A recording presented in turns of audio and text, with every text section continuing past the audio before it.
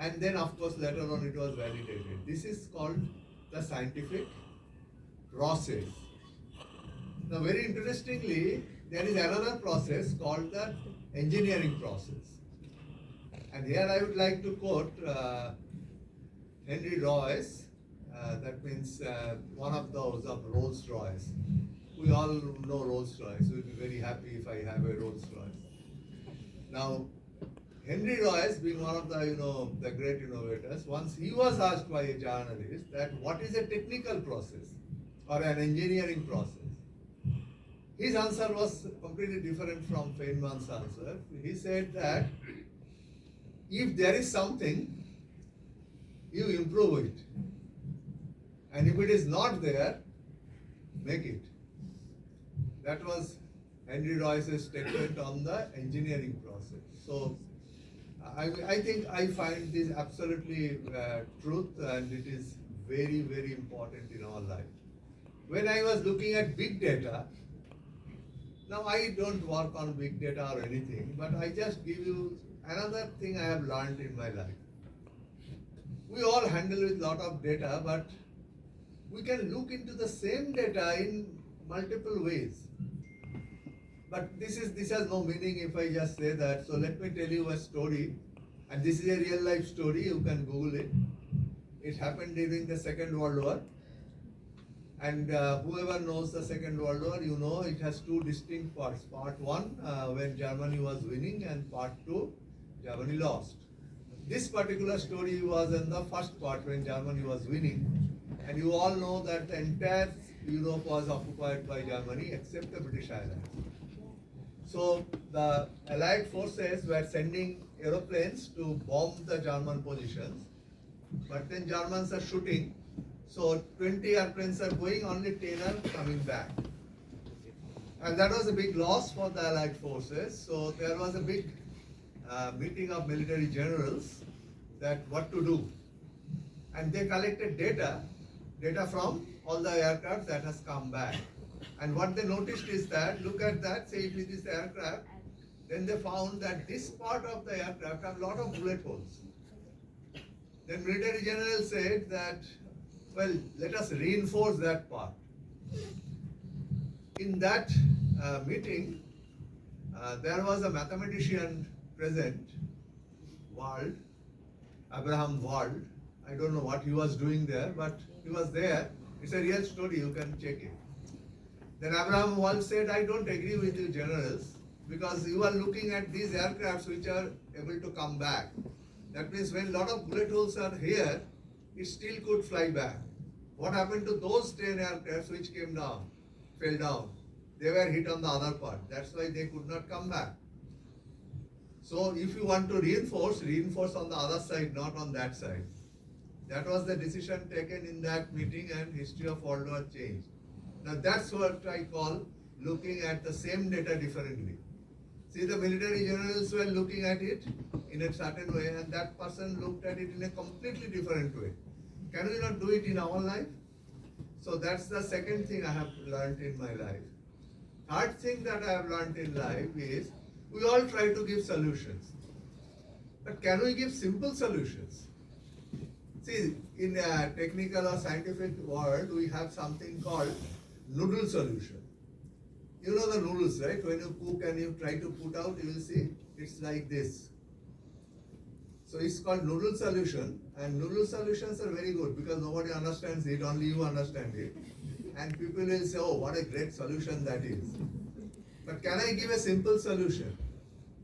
Once again, I can give you a story to elaborate on that, because that makes it interesting.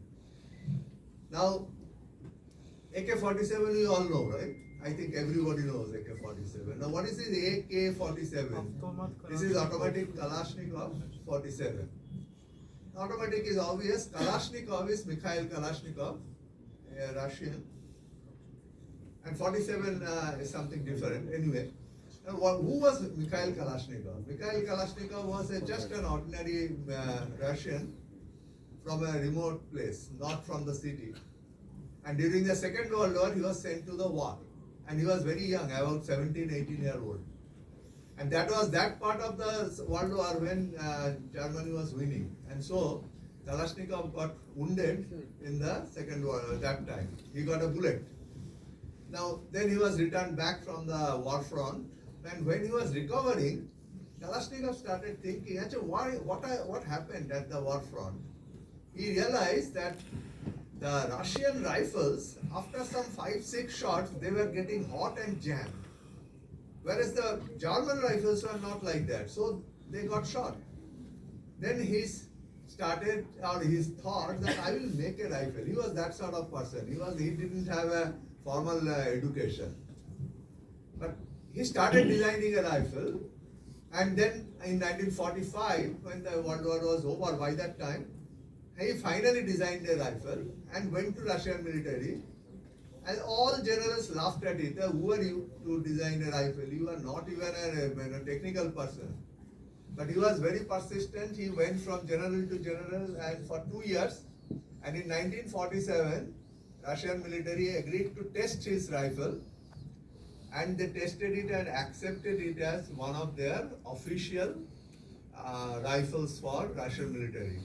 Today, at any instant of time, if you Google it, the number of AK-47 sold is equal more than some of all the other rifles. Now, Mikhail Kalashnikov got 37 honorary PhDs from different universities for his innovation.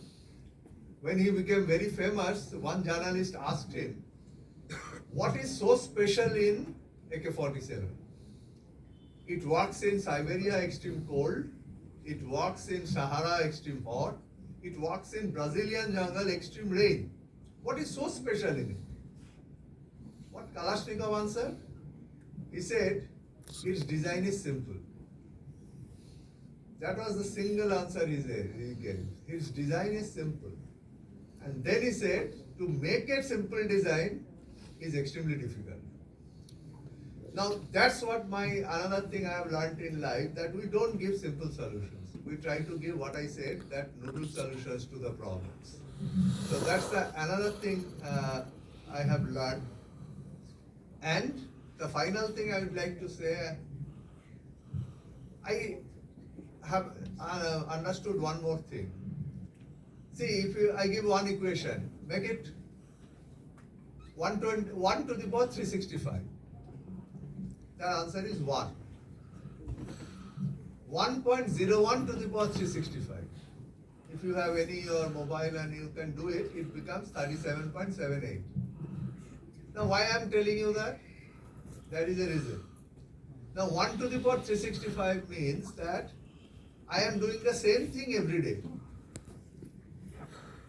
And so at the end of the year, I am still 1. That means there is no improvement. And 1.01 means 1% extra. That means I am doing 1% extra every day. But the catchword is I am doing it every day. And so at the end of the year, I am 37.78, which means it's not 37% increase, it's a 37 times increase, where what I was at the beginning of the year. Now what I have learned is that this is the important thing, that we have to do a small thing, but keep on doing it. We should not stop somewhere that, oh, what I am doing is very small thing. If I can do this small thing for each and every day for a very long time, the ultimate output becomes grand. So I will conclude by telling in this way another small story, or rather something, an example. If I tell you a name, can you tell me who was that? Usain Bolt. How many people have heard this name? Oh, Usain Bolt. Great. Now you all know that Usain Bolt was one of the all-time greats of Olympics and track and field. And yes, when I watch YouTube videos of Usain Bolt, it's absolutely poetry in motion the way he ran, or that time he ran. But he used to run 100 meters, 200 meters, that means the short distances. But if you look into all these Olympics, and even in Calcutta now, we have the marathons. Marathon, the full marathon is 42 kilometers, 26 miles. And in that Olympics, when these marathon runners run, and when Usain Bolt runs, you can clearly see there is a distinct difference. Usain Bolt from first start to finish is like a bolt, whereas the marathon runners, they have to run 26 miles or 42 kilometers. You will see that they will run at a uniform speed, kilometer after kilometer. And even then, after 40 kilometers, they have that energy that last 2 kilometers they will accelerate and win.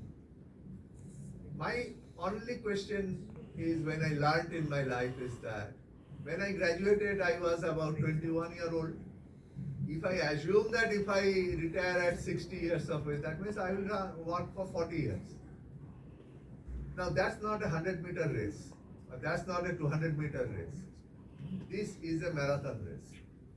And if I try to run my life as a 100-meter race like Usain Bolt, I am going to fall flat, I am going to be a failure. I have to run like those marathon runners. That means every year after year I have to perform. And still I have to have some energy that when required I can do something more. So that's the things, there are a couple of other things, but I don't want to prolong this, but I thought that I will share my life's experience, because 4 decades is quite a long time to spend in academia. Once again, I express my gratitude to the organizers for giving me this honor, and I express my very sincere thanks to all students and scholars, because basically, teacher success depends on the students and scholars, because they do the work, I take the prize. Thank you very much. All the best.